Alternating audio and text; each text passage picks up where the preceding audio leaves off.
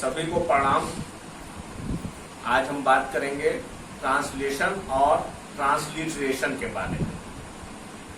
आप सोच रहे होंगे कि आज से पहले जो है ट्रांसलिटरेशन के बारे में बात हमने नहीं बताया, ट्रांसलेशन के बारे में ही चर्चा की गई। तो आज क्या आवश्यकता है ट्रांसलिटरेशन के बारे में जानने की। तो पहले ट्रांसलिटरेशन का प्रयोग नहीं के बराबर होता था, इसलिए उस पर कोई खास चर्चा नहीं की जाती थी। ट्रांसलेशन होते थे इसलिए ट्रांसलेशन पे बात होती थी। आज क्या है कि पहले मोबाइल नहीं था, अब मोबाइल आ गया है। पहले लोग मैसेज नहीं करते थे, अब मोबाइल जब से आ गया है तब से मैसेज होता है।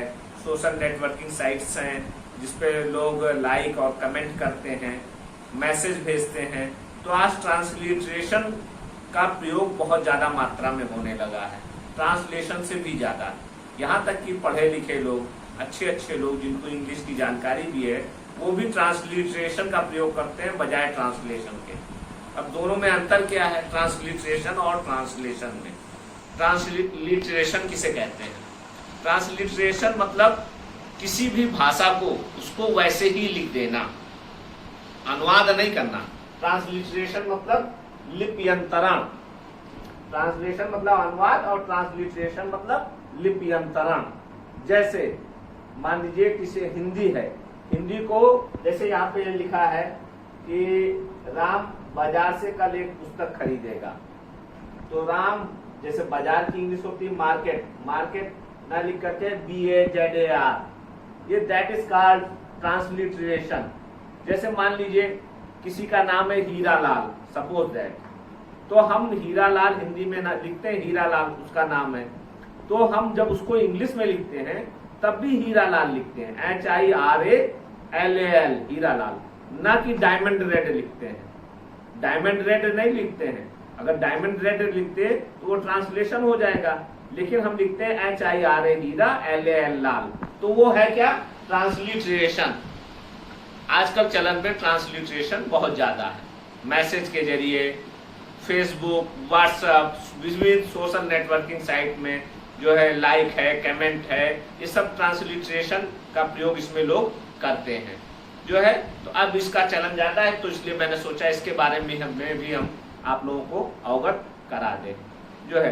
दूसरा है ट्रांसलेशन। लेकिन है क्या कि ट्रांसलिटरेशन का प्रयोग message, social networking site, like, comment, इन सब में तो कर लेते हैं, लेकिन अब ऑफिस वगैरह में करना है, एप्लीकेशन लिखना है, कोई चिट्ठी वगैरह लिखना है इंग्लिश में, तो उसमें हम ट्रांसलिटरेशन का प्रयोग नहीं करेंगे, बल्कि ट्रांसलेशन ही करेंगे। ट्रांसलिटरेशन मतलब लिप्यंतरण, किसी भी भाषा को वैसे ही लिख देना। जैसे अभी मैंने एग्जांपल बताया ना, हीरा लाल, अब उसको इंग्लिश ट्रांसलेट नहीं करना, ट्रांसलेशन नहीं करना, अनुवाद नहीं करना, डायमंड रेड नहीं लिखना है, बल्कि HIRA हीरा, LAL लाल।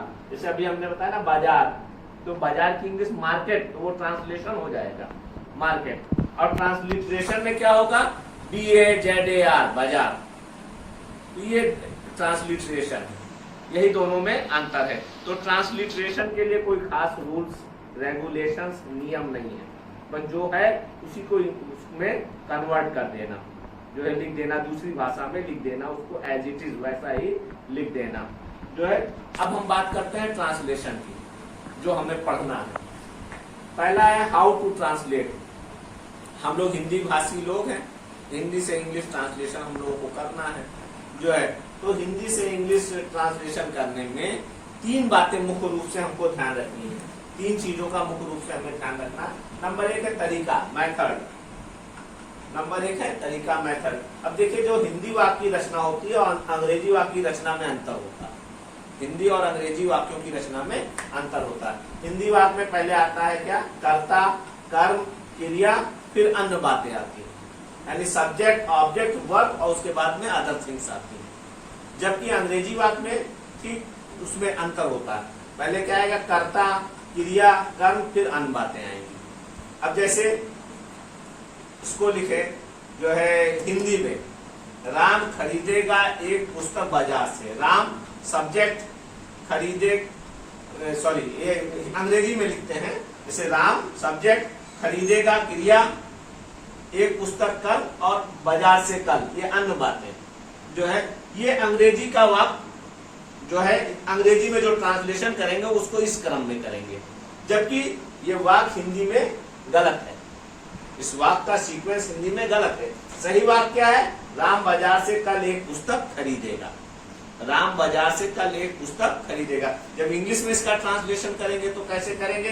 पहले सब्जेक्ट कर्ता, फिर क्रिया will by, Ram will by, फिर ऑब्जेक्ट ए बुक, और फिर अन्य बातें फ्रॉम मार्केट टुमारो। यानी जब हम हिंदी से इंग्लिश में ट्रांसलेशन करते हैं तो उसका क्रम कुछ और होता है, जबकि हिंदी में जो वाक्य लिखा जाता है उसका क्रम कुछ और होता है। हिंदी में सब्जेक्ट, ऑब्जेक्ट, वर्ब और अदर थिंग्स होती है। अंग्रेजी में क्या होगा? सब्जेक्ट, वर्ब, ऑब्जेक्ट, फिर अदर थिंग्स। क्लियर? ट्रांसलेशन बताया ना कि हिंदी से इंग्लिश ट्रांसलेशन करने में 3 बातों का विशेष ध्यान रखना है। नंबर 1 तरीका, मेथड, हिंदी इंग्लिश के तरीका बदल जाता है। नंबर दूसरा है सेंस। अंग्रेजी भाषा में एक ही शब्द के कई अर्थ होते हैं। अंग्रेजी भाषा में एक ही शब्द के कई अर्थ होते हैं, अतः अनुवाद करते समय सेंस के अनुसार शब्दों का प्रयोग करना चाहिए। अब जैसे यहाँ पे एग्जाम्पल देखिए, मेरा सिर दर्द कर रहा है। मेरा सिर दर्द कर रहा है। My head is doing pen.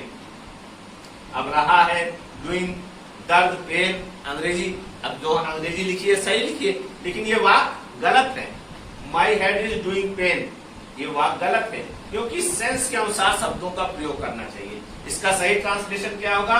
I am feeling headache, जो है ये इसका सही ट्रांसलेशन होगा। ये हो गया दूसरी बात सेंस की। नंबर तीसरी बात क्या है हिंदी से इंग्लिश ट्रांसलेशन में? Capital letter. हिंदी में कोई कैपिटल लेटर नहीं होता है, जबकि अंग्रेजी में कैपिटल लेटर होते हैं। इसलिए हमें ये ध्यान रखना होगा कहाँ पे स्मॉल लेटर का प्रयोग करना है और कहाँ पर कैपिटल लेटर का प्रयोग करना है। इसके अलावा कुछ चीजें और हैं, वो जनरल सी हैं, वो सभी को पता है कि स्पेलिंग सही होनी चाहिए, हमें मीनिंग आनी चाहिए। ट्रांसलेशन में जरूरी है मीनिंग आना, जबकि ट्रांसलिटरेशन में इसकी कोई आवश्यकता नहीं है। ट्रांसलिटरेशन में मीनिंग की कोई जरूरत नहीं है, जबकि ट्रांसलेशन में है। तो मीनिंग हमको हिंदी से इंग्लिश में शब्दों की मीनिंग आनी चाहिए। इसके अलावा स्पेलिंग सही होनी चाहिए। ये सब और बातें, लेकिन ये 3 बातें मुख्य रूप से हैं। ठीक है। अब ट्रांसलेशन में जब हम शुरुआत करते हैं तो सबसे पहले हम आते हैं टेंस पे। काल, समय। समय क्या होता है? 3 प्रकार के होते हैं। प्रेजेंट टेंस वर्तमान काल, पास्ट टेंस भूतकाल, फ्यूचर टेंस भविष्य काल। वर्तमान काल जो चल रहा है प्रेजेंट टेंस, भूतकाल मतलब जो बीत गया, फ्यूचर टेंस भविष्य काल मतलब जो आने वाला है। ठीक है, ये 3 मुख्य टेंस है। उसके आगे ये 3 मुख्य टेंस हो गए। उसके बाद हर एक के 4-4 पार्ट है। जैसे प्रेजेंट टेंस के 4, present indefinite tense, present continuous tense, present perfect tense, present perfect continuous tense. ये 4 प्रकार हो गए प्रेजेंट के। इसी प्रकार से पास्ट के 4 प्रकार हो गए, past indefinite tense, past continuous tense, past perfect tense, past perfect continuous tense. इसी प्रकार से फ्यूचर के भी 4 हो गए, future indefinite tense, future continuous tense, future perfect tense और फ्यूचर परफेक्ट कंटीन्यूअस टेंस। तो ये कितने हो गए? 4 प्रेजेंट के, 4 पास्ट के, 4 फ्यूचर के, टोटल हो गए 12। अभी टोटल 12 टेंस हो गए। अब हर एक टेंस में हमें 4 प्रकार के सेंटेंस का अध्ययन करना है। Number 1 affirmative, number 2 negative, number 3 interrogative, number 4 interrogative negative sentence. ये 4 सेंटेंस के हर एक टेंस में हमें अध्ययन करना है। तो 12 टेंस है और 4 वो सेंटेंस हर एक टेंस में, तो टोटल हो गए 48। 12 चौक 48। तो ये 48 प्रकार के सेंटेंस हमें टेंस के तहत पढ़ने हैं। कल से हम इसको शुरुआत करेंगे, देखेंगे। कल से पहला टेंस लेंगे प्रेजेंट इंडेफिनिट टेंस, और डेली एक एक टेंस पे चर्चा करेंगे। धन्यवाद, सभी को नमन।